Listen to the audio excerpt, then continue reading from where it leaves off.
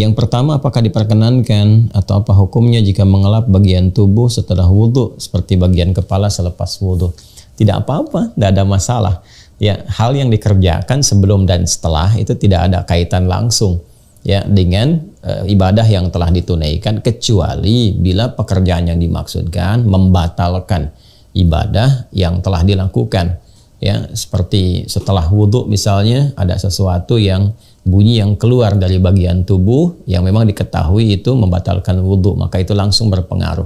Maka tugas kita untuk mengetahui perbuatan-perbuatan apa saja yang sekiranya bisa membatalkan ya, atau dipandang makruh ya, atau bahkan mubah, tidak ada pengaruh sama sekali. Ya, setelah wudhu misalnya akan sholat, makan makanan tertentu yang mengandung bau-bau yang tidak disukai. Ya, seperti makan jengkol misalnya ya, atau makan pete misalnya. Nah, hal demikian itu sifatnya nanti makruh bila dibawa dalam sholat. Bahkan nanti bisa masuk kepada hukum yang kalau terketat tertentu bisa dipandang membatalkan dan berwudhu kembali bila memang dalam konteks menunaikan sholat itu baunya terlampau ekstrim sehingga memengaruhi kepada kehusyuan. Karena itu dalam beberapa literasi fikih itu memakan daging unta misalnya itu selepas wudhu ya, ada ulama yang dalam skala lokal menghukumi bahwa itu bisa membatalkan. Dalam konteks membatalkan ini itu meriset kasus dimaksud pada saat itu ya, baunya mungkin cara masak dan sebagainya melahirkan bau yang bisa memengaruhi keadaan kehusyuan dalam sholat. Adapun kalau memasaknya baik dan sebagainya tidak melahirkan bau-bau dimaksud, membersihkan, menyikat gigi tentu tidak memengaruhi wudhu secara langsung.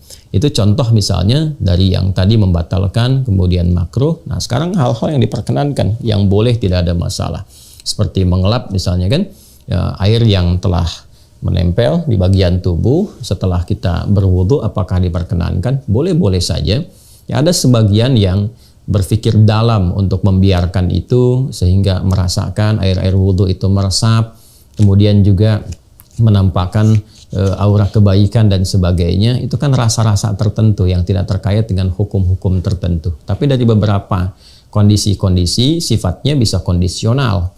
Artinya dalam kondisi misalnya Anda mau rapat tiba-tiba masih basah itu kan, masuk kepada satu ruangan menghadapi audiens dan sebagainya kan juga tidak sesuai dengan kondisinya. Anda boleh mengeringkan, mengelap kan, dan makna cahaya itu bisa dipahami secara metafor seperti yang saya sampaikan dalam konteks cahaya atau aura kebaikan saat kita berada di dunia.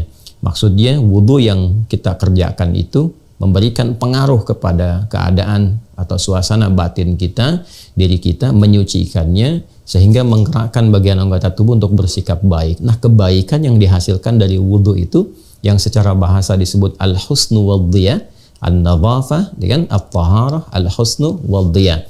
Bersih luarnya, kemudian memberikan dampak kebaikan, husnun al-dhiya, melahirkan cahaya atau aura-aura kemuliaan. Nah, ini yang nanti mendatangkan cahaya di hari kiamat. Ya, yang seperti telah disampaikan dalam pembahasan tentang wudhu, kitabul wudhu itu Al-Imam Al-Bukhari menempatkannya pada bagian yang keempat gitu ya, di kitab Sahih Al-Bukhari setelah Bad'ul Wahyi, kemudian Kitabul Iman, Kitabul Ilmi, dan Kitabul Wudhu. Nah, di situ disampaikan dan seperti yang telah saya terangkan dalam hadis Nabi sallallahu alaihi wasallam, inna ummati yud'auna yaumal qiyamati, ya kan, ghurral muhajjalun. Ya, sungguh umatku itu akan dipanggil di hari kiamat itu dengan cahaya yang memancar min atharil wudu, dari bekas wudunya.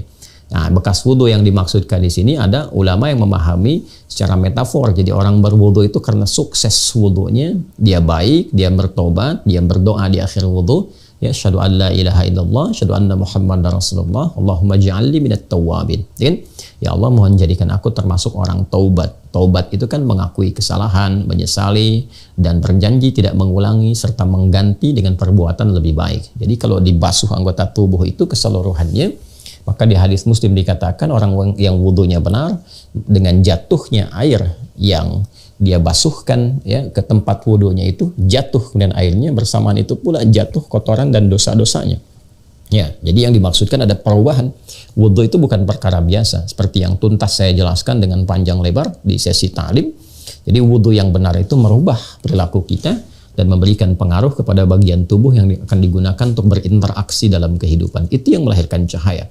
Ya, kondisinya kalau memang basah dan kita akan menunaikan pekerjaan tertentu yang menuntut keadaan tubuh kita untuk kering, menyesuaikan keadaan, maka tidak mengapa kalau harus dilap ya. Apalagi kalau dalam kondisi misalnya hal-hal spesifik yang memang menuntut cepat untuk dikeringkan ya, ada sakit tertentu misalnya yang tidak tahan terlalu lama dengan air ya kan, bisa dilap bagian kepala ya, diusap tapi harus cepat dikeringkan ya boleh, tidak ada masalah di situ. Yang penting meresap dengan sempurna dulu ya, selesai terbasuh, setelah itu bagian-bagian lebih dikeringkan, tidak ada persoalan di situ. Kalaupun misalnya Anda melihat ingin membiarkan karena kesegaran atau yang lainnya, maka juga tidak ada masalah sepanjang itu mengandung maslahat dari situasi dan kondisi yang sedang Anda hadapi.